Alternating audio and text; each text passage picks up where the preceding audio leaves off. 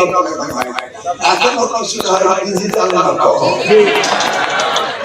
তাহলে আমরা করছি যে ডিজিটাল নকল বুঝতে পারেন, নকল এই নকলের আমরা বলি না, আমরা বলি যে ডিজিটালি যে ধরনের নকলের সহযোগ দেখা দিচ্ছে সেটা বন্ধ করতে হবে।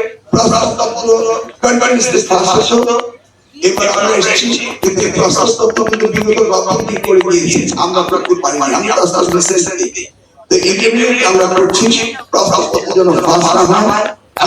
আমরা চাই বাংলাদেশের সকল শিক্ষার্থীরা সকলের জন্য এক অবস্থায় পরীক্ষা দেয়।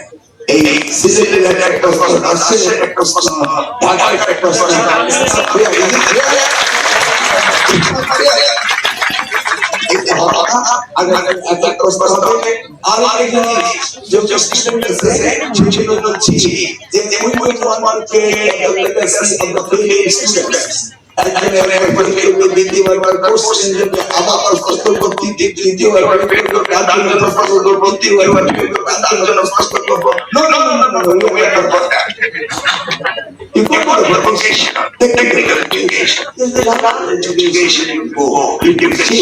কিন্তু আমরা তার করবো না। আপনারা জানেন আমরা 56টা প্রশ্ন হয়ে আসছে ওই কোয়ালিফিকেশন করছে, তার প্রসেস এর চেঞ্জেস ওই জন্য প্রশ্ন